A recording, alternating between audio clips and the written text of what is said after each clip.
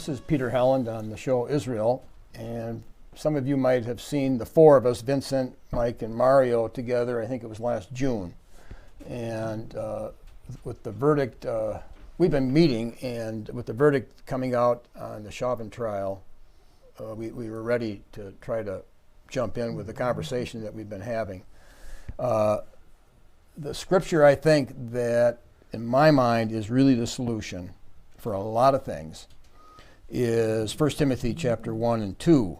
Okay, Paul just got done. It says, among them are Hymenaeus and Alexander, whom I have handed over to Satan to be taught not to blaspheme.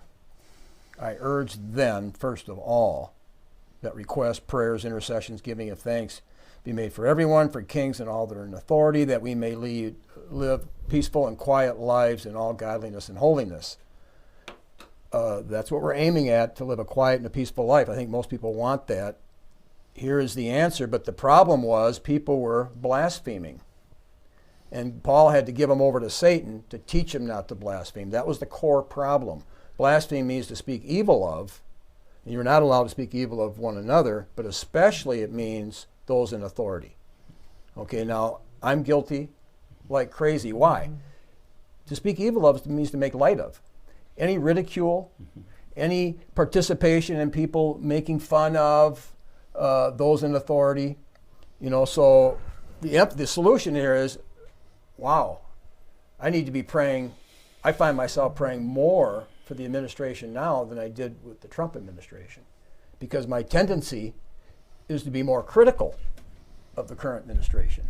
That's just me, okay? So we have to be protective. We have to guard, because then further on it says, likewise, you women dress modestly, okay? So how do women take things down?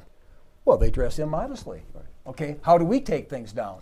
We ridicule those in authority, we speak evil of them, and eventually we might even take the sword, okay? And Christians are not that way.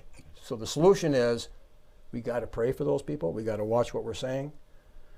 Okay, I'm just putting that out there. Well, but I think there's a really important caveat, and what you said and what you read was the Word of God. And I always like when you establish it. And we've got, we've got Bibles open here, so we can always, as Paul said, the Bereans were more noble people. They examine the Scriptures every day. So what you said, I agree, is scriptural.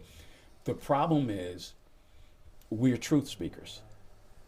And a lot of times, it reminds me of something that Harry Truman was attributed to saying. He was campaigning on a train, and he gave his speech, and this guy yelled, "Give him hell, Harry." And he said, "I don't give him hell, I just tell them the truth, and they think it's hell."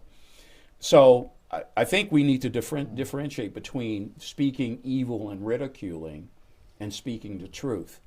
Because how many times did we see in the New Testament that Jesus and the disciples were brought before kings and rulers, and they spoke truth to them?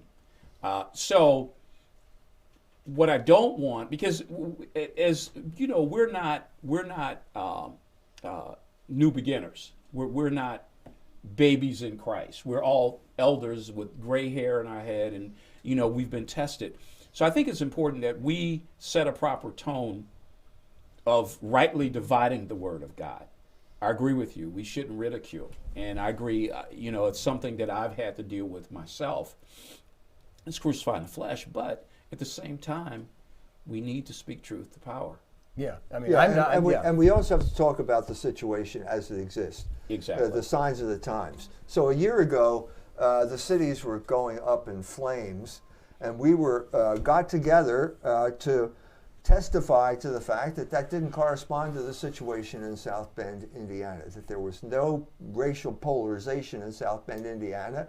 And I think part of the reason that we didn't have South Bend go up in flames is because we testified to that fact. We disarmed the main weapon that is being used against all citizens of the United States at this time, which is racial polarization. This is their game. This is what they're trying to do. And last year, the methodology was setting the cities on fire. This year, we have a slightly different situation. Now we have another trial, we have another murder case, and now I think the goal here is to intimidate the jury. So what we saw last year was the undermining of the electoral process with all sorts of accusations of fraud, which simply got swept aside by the mass media. And now we have an instance where the same people, the same players show, I'm talking about Black Lives Matter, they're there, and they're threatening to burn the city down again unless the jury goes along with their plan. So the question is, okay, last year it was the electoral system, now it's the judicial system. Question is, can you get a fair trial? Most trials have nothing to do with anything, and most trials you walk in and you're put in the jury box, and now you hear this is the first time you ever heard this story. Okay, and this guy says this and that guy says that, and well, this is not the case here. For 1 year, we've been hearing one story and watching one video, and I think that it has simply formed the mind of everybody in the United States one way or the other. So the question is, can a man get a fair trial in a situation like this? Now, there's a man who has had this existential experience, and that's Brother Mario here, who had his own experience with the judicial system in South Bend, Indiana. And so I think I'd like to ask you that question and answer it based on your experience. Well, I can speak empirically. 1994, having gone through having to defend a false charge, which was demonstrably false, if it could have been demonstrated, but I wasn't allowed witnesses. Okay. At the time, the state, just to give you an example of what I'm saying, at the time, the state was alleging I had broken into my wife's house at that time before 3:30 because there was a witness that began watching the marital residence. Okay. From 3:30 to the time she saw my wife drive up into the garage, she's watching the house. They asked her, could you have a clear view of the house? Yes, I can. And did you see anybody go in? No. So obviously the inference is I was in the house before 3:30. In reality, I was taping the TV show Stand Up America that I did with Dave Frank. If you remember, the old Comcast cable television station was on was that Edison? Edison, and what's that? Well, Grape is up ahead, and then Hickory. Hickory, okay.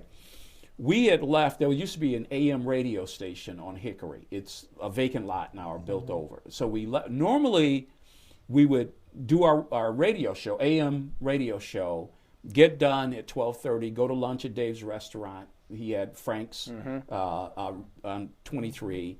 And then we would tape the show like Monday. Dave decided this day, let's just go, after we have lunch, let's go to the studio and tape the show. So we go to Heritage Cable on Hickory and Edison from 2 o'clock to 4 in the studio, taping a show. Now, at trial, the state says, well, here's this woman saying she watched the house from 3:30 to 5. Mario had to have broken in before. The reality is, so what the jury, and my attorney called no witnesses. So what I'm saying to you is, the reality is, because that's the first time I've ever experienced a criminal trial. So I'm thinking, this is a search for truth.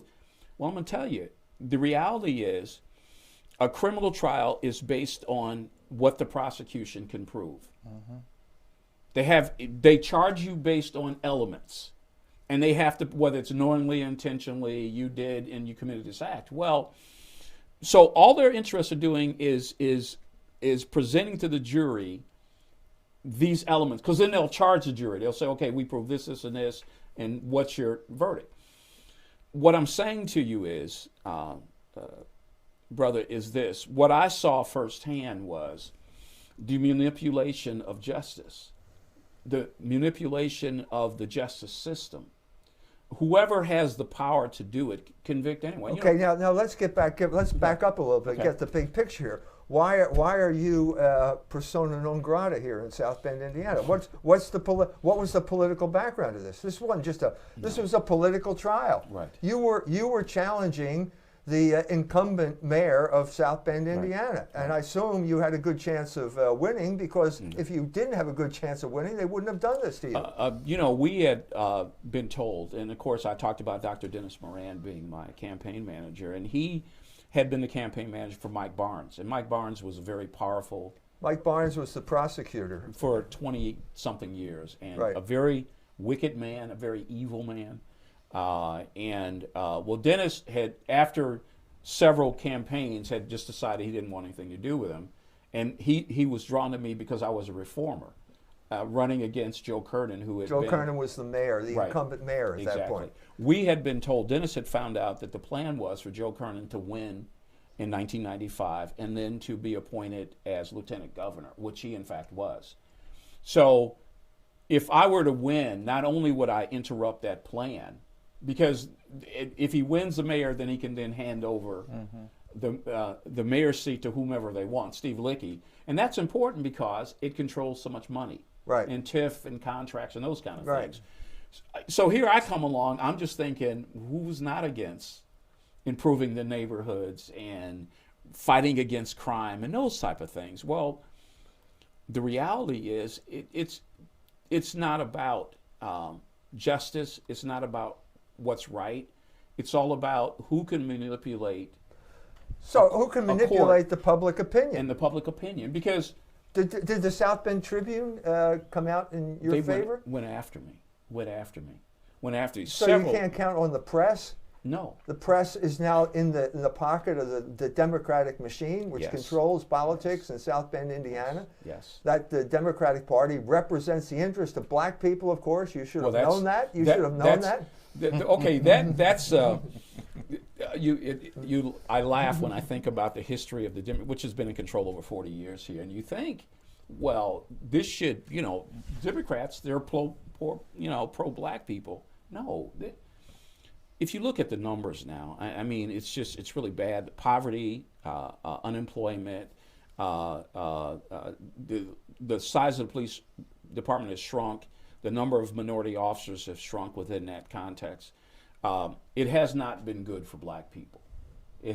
I don't know if it's ever been good for black people. There are no black millionaires here. When I was the chairman of the board of the Urban League, I held a meeting of minority contractors. There were 24 minority contractors, several large construction contractors, Baptiste and Murdoch, and they had large contracts. You don't have that anymore. What they've offered in return are jobs, and jobs with the city. In order for a black person to be successful, you get a job with the city.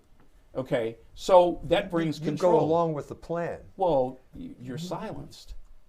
You're silenced. The So former, this brings up the whole big issue of using the black people as proxy warriors for other agendas. absolutely. And so that's what we saw in South Bend. If Yeah. you challenge the Democratic machine here, and they don't care what color your skin is, they're going to crush you. And Well, I had to run as a Republican. When I came from Chicago, I was from Chicago where the Democrats have controlled forever. So I came here. I went to a Democratic fundraiser. I met Mike Barnes. I met Joe Kernan. I think we wrote a check for $75 to him. There were Democrats. I mean, you got to be good for black people, right? And then I quickly found out they weren't. So I knew that I couldn't run against the Democratic Party within the Democratic Party because I would lose in the primary. Okay, so I decided to run as a Republican, which is a whole story because the Republican Party was broken, and some think it was just a shill for the Democratic Party. But yeah, that's just controlled opposition. Republican Party is Exactly. controlled opposition here in South Bend. But here locally, Indiana. I don't want to say this because I want to drive this point home. The Democrats locally, and I'm apolitical. I'm not Republican or Democrat. I don't want people to think that I'm just coming up here and I'm one of those people that, no. The Democrats locally, from my empirical experience, and I'm still fighting my wrongful conviction. I've sued Buttigieg, and Tim Corbett is another story who covered up the planting of evidence, and they've appointed judges now who knew of the planting of evidence in my case. Democrats are not friends of black people, No. at least locally. And being from Chicago and looking at the conditions Chicago is in with the violent crime, they're certainly not friends of black people in Chicago. That's just the truth. So having been through what you have been through, yes. and the eyes that you have now, the experience you had, how did you see the Derek Chauvin case in Minneapolis. Well, you know, How did you see it? When Brother Peter called me, I had a great deal of hesitancy. I'm not a fearful or a timid person. I don't have I've been speaking truth for 30 years. As you say, speaking truth got me put in prison. Okay. But my hesitancy was, could we articulate what we believe without, because they're you know, I mean, it's a polarized situation. You stand up and speak the truth, and they send waves of angry people who are misinformed and misled, and they're spun up against you, and they're shouting, and you're trying to be the quiet, still voice. That's the point. That's exactly the point we're trying to address here. So when I get the call from Peter, and so I go, Peter, let me pray over it. Let me think about it. Because I want to do it, but what I decided as we talked today and when I came in, I don't want to do it through a black man's eyes. I don't want to do it through a white man's eyes. I don't want to do it through Jewish eyes. I don't want I'm trying to hit a brown eyes or a man's eyes or woman's. I want to do it through the eyes of Christ. And the eyes of Christ, the first thing that eyes of Christ says is repent. So when I look at the video, and we don't know the truth. We only know what we've seen. And that, as I've told you, how they can control what you see. So for anybody to make a decision based on what they saw, okay, or know what's in Mr. Chauvin's heart is wrong, because only God knows the heart, and who knows what we saw. So what I want to do is through the eyes of Christ. And I'll start by saying, had Mr. Floyd not entered that store with a counterfeit bill, this would have never happened.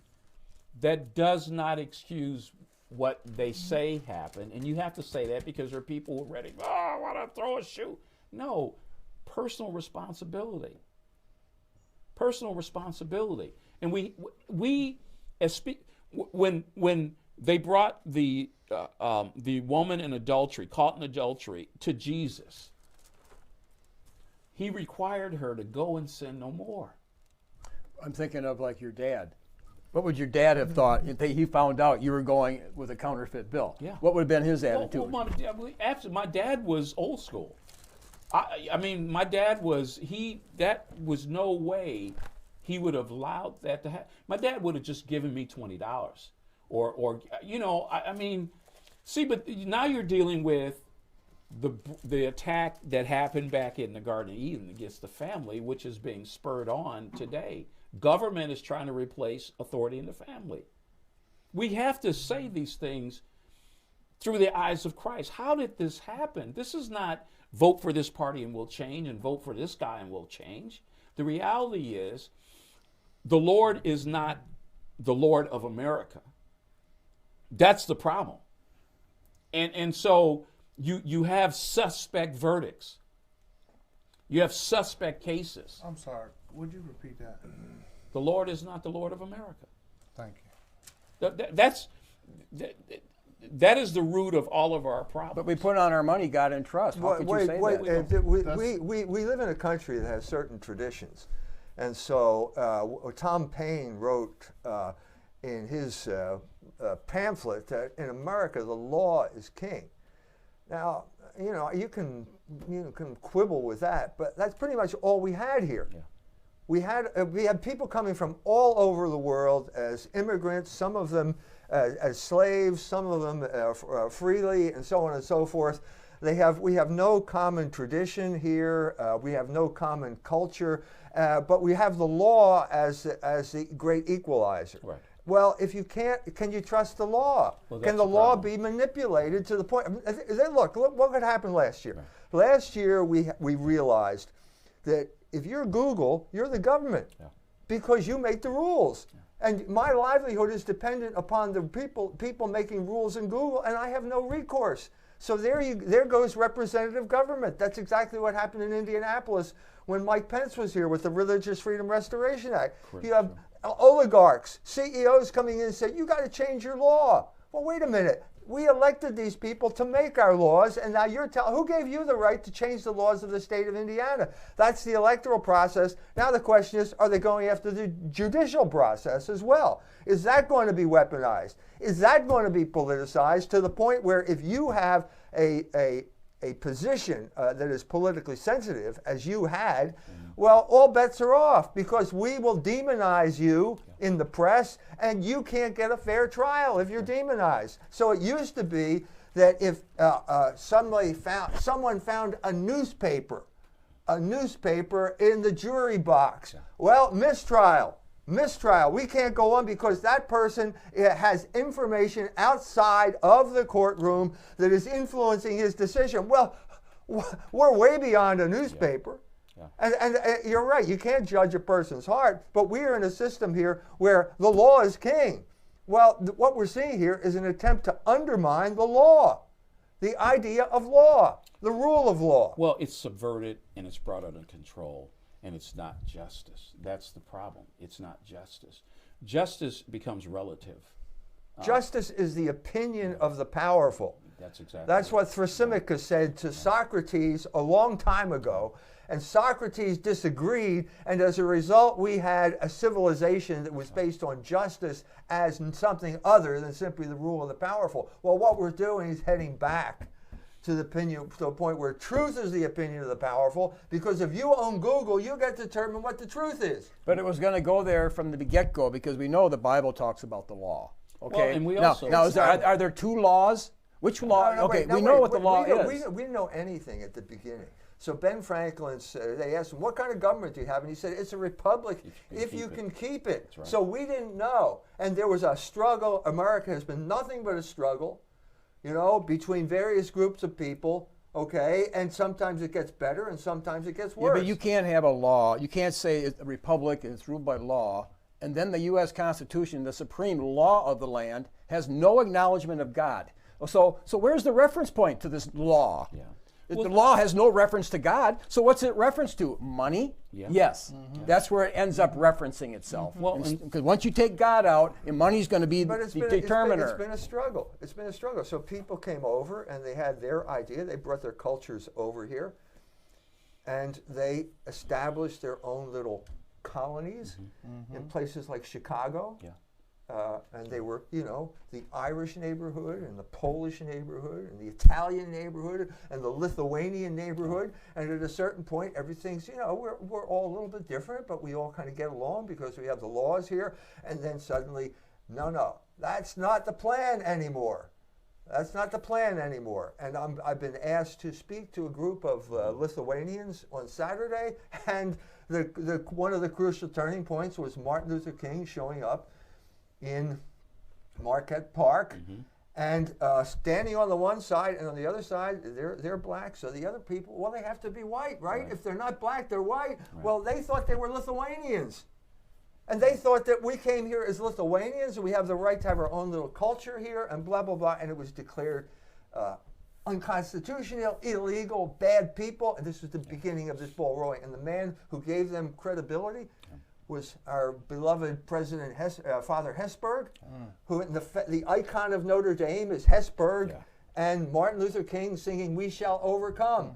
What was he doing? He was betraying his Catholic brothers, being an agent of social engineering and creating the world of racial polarization that we have to live in today. Today, this is what we got to deal with right now. Well, that's because, you know, if you go back I go back to justice should be based on truth. So I go back to Pontius Pilate and Jesus. And what was the exchange? You know, well, what is truth? What is truth? And see, truth to those in power is relative to what they want to have happen. Going back quickly to my case, one of the Karen DePape, who's the director of communication with South Bend Police Department. For those who don't know, we've been since 2012 trying to get tapes released of corrupt officers that have unknowingly recorded plotting crimes. Mrs. DePape heard it. She's the director of communications, filed a lawsuit during the discovery process, the city legal department, Mr. Buttigieg, who is now the Secretary of the Department of Transportation, had his legal department interview Mrs. DePape. He fired her, of course, when she came to him and said, "This is what's on here." Okay, which you would think a mayor would say these officers should be fired. Well, he fires her for telling him the truth. She sues. He directs the city legal department, Stephanie Steele, Crystal Briscoe, and Tasha Outlaw, who are then members of the city legal department. They during discovery ask Mrs. DePape what's on the tape. She tells them 15 times that there's corruption, that this officer Tim Corbett bragged about setting up black defendants and bragged specifically about setting me up. Okay, they redact those comments. Well, Stephanie Steele has just been promoted to judge. That should chill everybody in St. Joe County to fill Judge Miller's seat. Crystal Briscoe is a magistrate, and her name has just been submitted to replace Judge Reagan. Okay, so wait a second. They're getting promoted to judgeships based on a payoff. Mm-hmm. So we know by Mr. Buttigieg, who it's not speaking evil of him to say that he's a wicked person. We've seen that here. Mm-hmm. And I've said quickly that any time that Mayor Buttigieg wants to come to my church and repent, I will go to the kneelers with him, and I will kneel with him and pray for him. Okay, but at the same time, I'll denounce the works of Satan through him. Mm-hmm. And so, but these are people who are now going to be judges. Mm-hmm. Yes. This is the issue. Locally, they're going to be judges. Right. So then my take on this is, we're talking about truth. So my question is, as we're in this war, well, it's a spiritual battle. Ephesians 16. Right. So we are in a spiritual battle against the principalities, against the powers, against the rulers of the darkness of this world. From the political side, for sure. It's in the police department. Real quick, well, I won't even go over that as far as what happened with me and the police. But thank God But at least you're alive. I'm alive. Eric Logan is dead. And what the police got, after I got pulled over by the police, I got off work at 11 o'clock at night. Mm-hmm. The police pulled me over. South Bend Police Department? South Bend Police Department. How long ago? This may have been about 15 years ago. I got off work at 11 o'clock at night. I noticed as I was pulling out of Wyford Kenwood's parking lot that a car was headed real fast out of the Western Plaza parking, and I noticed it was a police car. Mm-hmm. Well, it got behind me and pulled me over when I made it down to Cayley Street, which is about 6 to 8 blocks away. Mm-hmm. Police ran my plates and stuff and told me I had a warrant for my arrest for 4 counts of battery, which was not true. So when the police officer got me in handcuffs, another police officer just pulled up and walked straight up to me and said, "Okay, I think you can get away. You look like you can get away. Go ahead and run." I said, "What did you say?" He said, "You look like you're in pretty good shape. Go ahead and run. I bet you'll get away." My response to that was, I didn't say nothing. I just bowed my head. And as I bowed my head, I looked at the police officer's badge and got his name. When I went to, they took me to that jail, and I went to court that next morning. Mm-hmm. What had happened was they didn't do something on the paperwork which triggered a warrant for my arrest. The judge told me to have a seat. He looked at the case, called me back up after everything was over with, and he said, "Sir, we cannot do anything about them arresting you, but I apologize, and you guys let this guy go immediately." So they let me go, and I go down to the police department, and I file a complaint against this officer who made this statement with me. And thank God he's not a police officer today in our city. So as far as can a person receive justice,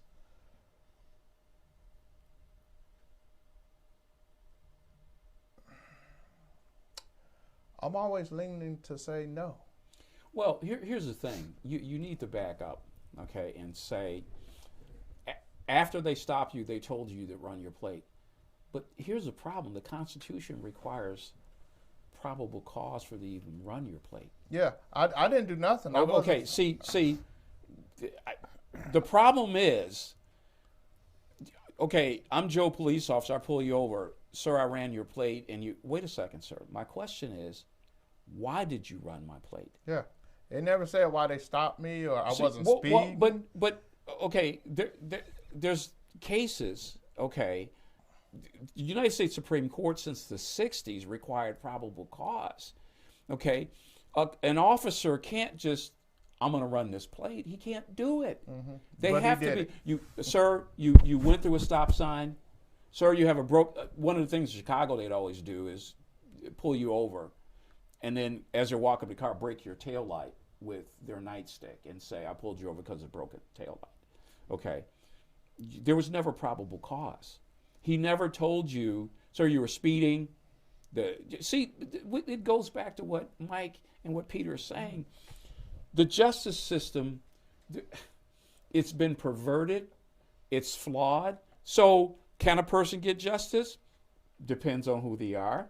Maybe depends on who likes you and who doesn't like you. I mean, okay, but we're talking about it's getting to be on a kind of global level now. well, yeah. It's not just local corruption here. We're talking about a national issue here. Well, I mean, for justice, I mean, I don't have a college education. I got common sense. We had our sitting president made a statement on TV. Where he said if they didn't fire that guy, they weren't getting the money. Right then and there, he should have been. Well, I mean, even during his running for president, he should have never been allowed to run for president. We're talking about President Biden, in reference to the money that was in reference. He was about the money being given to, I think it was Burisma or whatever the case may be. But there was money that was on the table that he said if they didn't fire this guy that was looking into his son working for that company, they weren't getting the money. I mean, so they should have immediately. I mean, even now today, our president should be brought up on charges for that. But he used his political influence to do what he did. see, but that's what Mike is trying to say. We have from people say all politics is local, so we start locally and then we go to, you just mentioned the president. At every turn, okay, justice is uncertain and it's selectively applied. That's exactly the point. And your life is now becoming more and more uncertain because someone can intervene and accuse you of something and you just don't have the sense of right that you had before. You know, there are certain instances where you are guilty until proven innocent. Oh, yeah. But you're dealing with a world where there's no set definitions for any word anymore. Well, what's true? They can take your word and come up with their own definition and feel fine with that. There's no set definitions. I think it's being defined racially. The justice is being defined racially. Well, but that's because it's convenient. There's no, remember, go back to the Democratic Party being, quote unquote, the friend of black people. That's a scam. Yeah, it's a scam. Okay, so we get black people enraged about justice, okay, so-called justice. Okay, you get them inflamed, but that's a trained dog. Mm-hmm. That's literally a trained, and I'm not, degrading black people. Listen to what I'm saying. You're getting a pack started, okay, and sent in a direction when you have no intent on being just. And that is because the outcome is not intended to be just. The outcome is to do whatever you wanted to do. A political outcome. A political outcome. They come up with their own definition of justice. Well, So they just call it justice. Well, I like the way this brother put it. You're dealing with a system that is governed over a minority of people that have not dealt with past issues, racial past issues, or should I say police brutality, in a sense to where there's no trust in our police officers. When we'll just start at Rodney King. Had something been done to the police officers that beat Rodney King like he did, had something been done then, we'd probably be in a different position than we are now. But see, here's a problem, and when we could look at that through the eyes of a black person. There's a story of this man's last name is Green, and I read about him during the time I was in prison. A white a veteran who was falsely imprisoned for raping his wife. That was the same charge I had, and out of Missouri, and the prosecutor used a person who was hypnotized who said it was him. Well, it wasn't him. What? Okay, so but this is what I'm saying. This is where it gets. You have to be careful when you say there's been an injustice to a black person without recognizing all people are subject to injustice. Yes. The And I'm glad you Christ. said that. I'm glad you see what I'm saying? Yeah. Now, so we have to be quick to acknowledge injustice. Injustice without a color, without a culture, without an ethnicity. We have to say justice. If I call for justice. Justice is blind. Why is justice blind?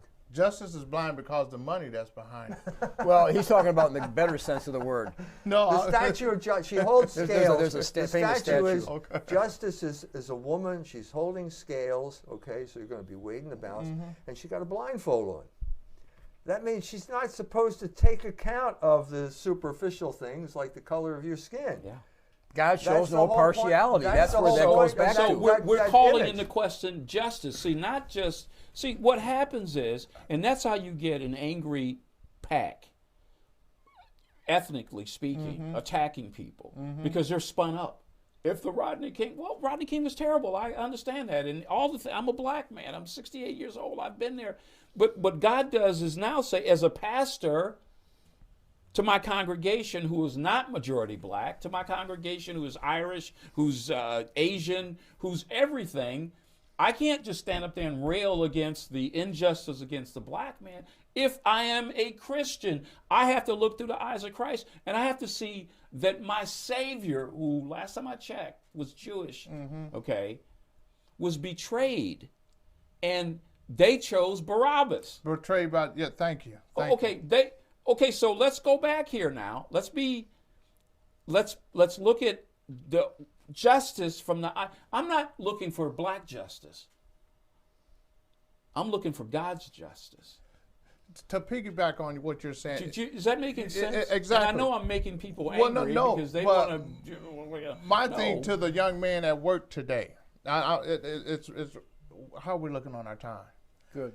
Anyway, the young man, I asked another black man, and I asked when I'm at work, I'm not preaching all of that to people, but I asked him, I said, what do you think about that cop shooting that young lady that was finna stab that other girl?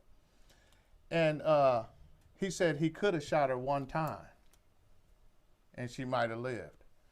I said, brother, but the lady was about to stab. She tried to stab one woman, and the first woman fell to the ground.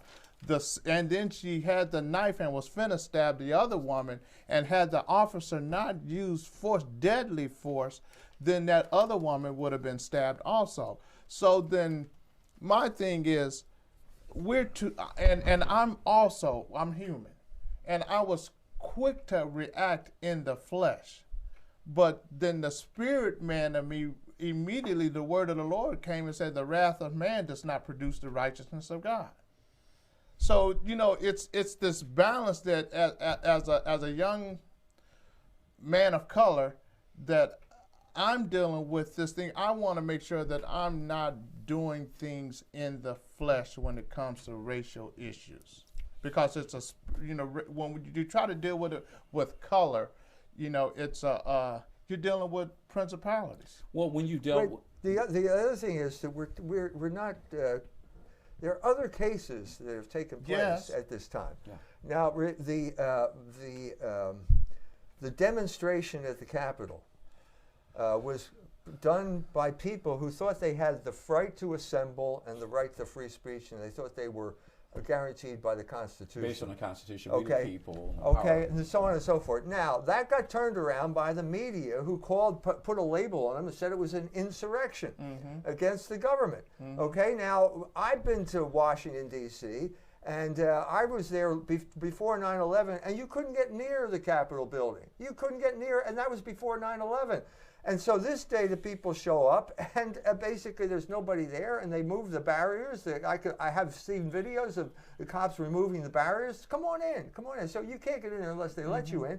And so they're there, and there's a confrontation at the door to one of the chambers, and a cop, I assume he's a cop, pulls out a gun and shoots a white woman. Right. Named Ashley Bobbitt, An Air Force veteran. an Air Force veteran, and she dies. Yeah. Now, had she not been there, that wouldn't have happened to her, first and foremost. That's right. That's I right. mean, she had no Well, business per- being personal in the accountability. Capitol. Well, but But if they open the doors, right. I mean, I'm just saying. I'm saying we have to keep the big picture. I mean, Right. what we're dealing with is political theater here. You're getting people, you're allowing them to come in for a political purpose.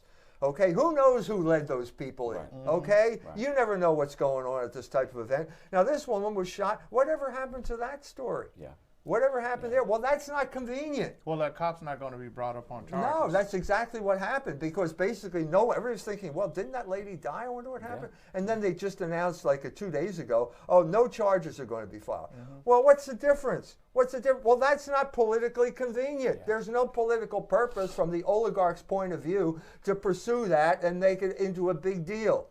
That's the big picture here. Exactly. Everything that is happening here is through the eyes of the media, and the media are controlled by certain people, and these people have been trying to incite race war in this country for almost a century now. Yes. And I'm talking about groups like the NAACP, the founding of the NAACP, Marcus Garvey, the great black nationalist from Jamaica who had a huge following in New York, shows up at the NAACP headquarters and, hey, there are no black people here. Yeah. It's a Jewish organization. Thank you. It's a Jewish organization. And suddenly we see this pattern throughout history. You can't understand what's going on unless you understand that pattern. And so we have a black-Jewish alliance that reaches a kind of culmination with the civil rights movement, then it falls apart. It was no longer expedient. It was no longer expedient. It also had tension. Everybody had decided to call it quits. The black Harold Cruz, chairman of the Black Studies program at Michigan State, wrote a book called The Crisis of the Negro Intellectual. He said, basically, I was a communist. I was in Harlem. We were run by the Jews, and everything we did was for their interest, and blacks didn't profit from this at all. Okay, the Ocean Hill-Brownsville strike, where the blacks take over the school district, and they kick all the Jewish teachers out, and this causes a big uproar. And also the Arab-Israeli War, also 1967, at which point the Jews say, we've had it with these Schwarzes. We're going to support Israel now. We're checking out. So it went into a remission, okay? And then it came back with a vengeance with Ferguson. And George Soros creates Black Lives Matter, and we're back in business again. He gave him $34 million to burn the city down, and that led all the way up to where we are right now. Yeah. Now, this is what we've seen over this time is an erosion of what you think you can do. We have reached a point where people can intervene in your lives, and you don't know whether you have rights anymore. I mean, I don't know. Maybe, is it COVID? Is it something else? I mean, I just don't, I can't travel. I thought I could go to the Capitol. I thought I could march. I thought I had a right to, and now I'm called a terrorist because I showed up there. Because these people are basically in control of all of the categories of how we think. And I'm saying, that's what happened in this trial. It was a foregone conclusion. Can anyone in a situation like this where you've been demonized by the national press for months expect to get a fair trial? I don't think so. Don't think so. Well, you had a congresswoman out Maxine Waters showed the night before. Yeah. And But President Trump was, I mean, there's, So you know, she's, no. you know, she. They went after him It for sounded inciting Yes. Right. insurrection, but with her, it's not inciting an Yes, insurrection. I mean, she so. did something worse than what, I mean, she Well, her Alan state- Dershowitz was saying today, the noted appeal attorney said that this is reason to seriously look at overturning his conviction because of the assumed pressure on the jury. You can't get any worse Right. publicity. And remember, the jury, I don't believe, was sequestered. No. No, So they were not. they're hearing all of this and believing that, we better. So They could have felt for their lives. Had they. A lot of people are saying That's what that they're they saying. felt- That's they look felt- when the Chief Justice of the Supreme Court announces in chambers that we're not going to hear the Trump Texas case because they'll burn the city down. There are rioters out there. Now, if the Chief Justice feels intimidated by these rioters in the street, you can imagine what a juror feels like when their tactic, when Antifa's tactic is doxing. Okay, we'll find out who you are, we'll find out where you live, and we'll ruin your life, and you don't have any recourse. That's the situation we're in right now. Whether it's Google, whether it's the ADL, whether it's Antifa, your life is dangling by a thread. And if somebody in a position of power, one of these groups doesn't like you, they will go out of their way to destroy you. These people are geniuses in a sense, but all they've done for the last so many years, 50 years, is study exactly how to achieve this. They know the psychology of who they're dealing with, and they have put their they got some high IQ people here, and they have put their efforts to undermine the system, and we're not prepared for their tactics. well, when you have And that's the problem, is we're not prepared for what they've been doing for, I'm just going to speak for in the last 50 years. I mean, it's the same thing over and over. And I asked a young man, a young man, and not to make this a racial issue or something, but when is it going to end?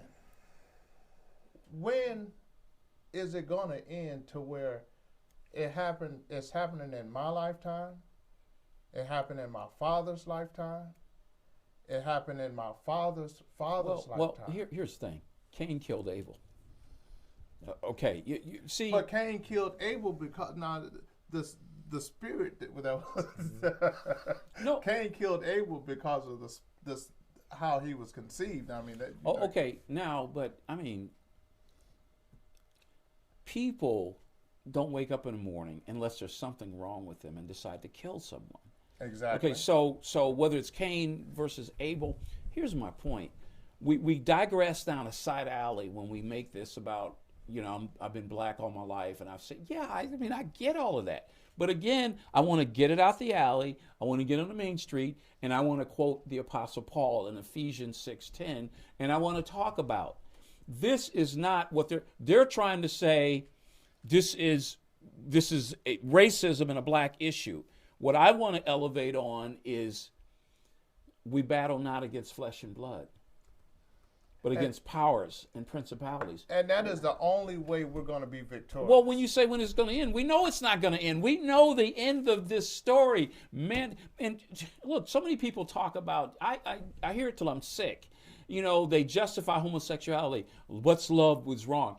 Love is from God. Thank you. You've decided I want to take this word, and I want to make it fit me. But if you look at 1 Corinthians 13, it tells you what love is. And if you apply it to your life, then loving another same-sex person is not love. So we need to get back to understanding what God's intent for we are his creation. Okay, but I think the bigger picture here is what controls your life? Well, What controls your life? When you get up in the morning, do you say, my whiteness is now going to determine what I'm going to have for breakfast, or my whiteness is going to determine whether I commit adultery or not? No. Your life is governed by a higher law, and the higher law is known as Christianity. So the question is, do we believe that? Do we believe that there is some type of deeper bond that we have that transcends all of the polarization? But this is going back to the quote unquote insurrection. Here's the interesting thing.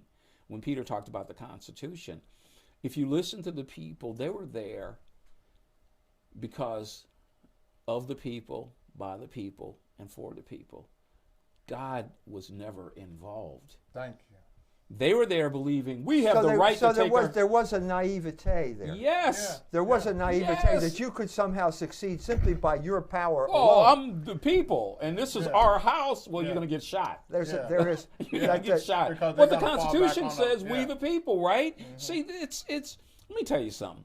When you start out with that thought again in the morning when you get up, well, the first thing I do is I turn the news on, get the weather. I don't want to watch anything else, okay?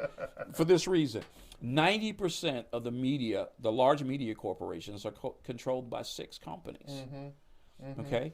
Yeah. And so we know the ability. I mean, And who are the people that run those 6 companies? Well, you want to talk about Metro Goldwyn Mayer and producing the movies and The same people that created the NAACP and control the banking system. and control the banking system. Now, is that So that's getting dangerous. You're getting a dangerous area here because there are people who will come in and try and wreck your life simply because you're stating that fact. okay? This is just to bring something we brought up in our last conversation. Tucker Carlson talked about the word replacement, and now the ADL, the main Jewish terrorist organization in this country, is going after him. The pushback was the 1,500 rabbis criticized the ADL, and now the pushback again is the ADL doesn't care. They're going to try and drive him away by driving the advertisers away from Fox News. Well, let me read, because I started by saying the eyes of Christ. So before anyone wants to go down that side alley of racism or the other side alley of anti-Semitism, okay, because you know that's what they've done with you, okay, this is the Bible, and I want to read the Bible. The Bible in John 19, verse 12 says, "From then on, Pilate tried to set Jesus free, but the Jewish leaders kept shouting, 'If you let this man go, you are no friend of Caesar. Anyone who claims to be a king opposes Caesar. You are no friend of Caesar.'" Okay, and when Pilate heard this, he brought Jesus out, sat down on the judge's seat, judging, okay, down at the stone's pavement, which in Aramaic is Gahabatha. It was a day of preparation. It was about noon. "Here's your king," Pilate said, but they shouted, "Take him away." Who did that? Who shouted, "Take him away"? Jesus in 1836, John 18 said, "My kingdom is not of this world. If it were, my servants would fight to prevent my arrest by the Jewish leaders." We're just talking about a spirit that has existed at the time that Jesus walked this earth that opposed his truth. That's what we're talking That's about. right. It's the same spirit. It's the same spirit. It's the Jewish revolutionary Ladies spirit. and gentlemen, they chose this- Barabbas. Calling them a brood of vipers. This is the Bible. I'm reading out of the Bible. These same people, what did he call them? People, when we speak this way, people may not be satisfied at how open with George Floyd, saying that you have to take personal accountability for having a counterfeit bill. Okay, I mean, I was taught, get a job and work. I mean, don't have a counterfeit bill. Well, Okay, the scripture said if a man don't work, it shouldn't eat. but that opened the door to everything that happened, and no one is justifying what the police officer did. I'm not justifying that. That's a whole set of issues that he has to deal with himself when he stands before So his you're God. saying the $20 bill gave the principalities, if we were going to put it that way, since it gave the principalities a legal entity to cause what happened. But the issue was, that George Floyd, whether he was said to be high that day. Well, what is pharmakia? Sorcery. It's a spirit. Yeah. Okay, so folks, let's go truth. If we're going to go truth, if you're going to invite me to your house and ask me to speak truth, I will probably offend you, because I'm going to talk about what is the root. Well, the pharmakia, which influences judgment, would have him go in and do that. And so Satan is just waiting. At that point, Satan is waiting. But on the other hand, going back to the Jewish people own, maybe all 6 of those media companies. But it's also well known that once you fall away from the Word of God, I mean, that's the Catholic Church with Civilta Catholica. Once you fall away from the law of God, which our Constitution does right away, Exactly. it opens the door for the enemy of the church to come in. So if you leave your keys in the car, a lot of people say, why did you leave the keys in the car? Civilta Catholica is the official journal of the Catholic Church, created in 1850.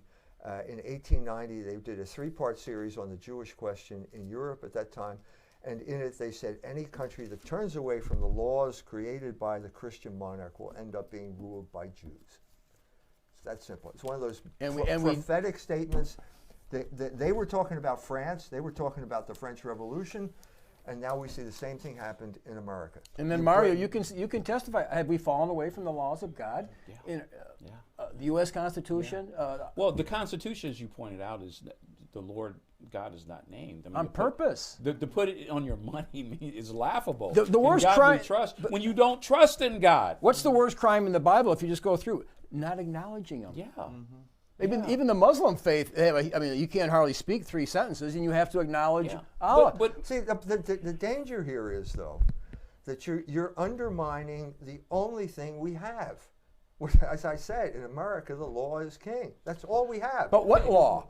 And that's it. The point is that our law is coming corrupt. The point, I said this before, but I was supposed to speak in France, and didn't get to speak. But when I was there, the heir of the King of France sent a message to the organization that was holding this, congratulating him for the thing. So if it were France, and you wanted to have a king, you could look him up in the phone book. Well, we can't do that here. We never had that situation. We never had that possibility. We have to work with what we have, and I think, in some sense, it's workable if you do not allow certain groups to completely undermine the moral law and enslave the people. So there's Jesus standing before Pontius Pilate, the ruler, and everything that Pontius Pilate did was legal in Roman law.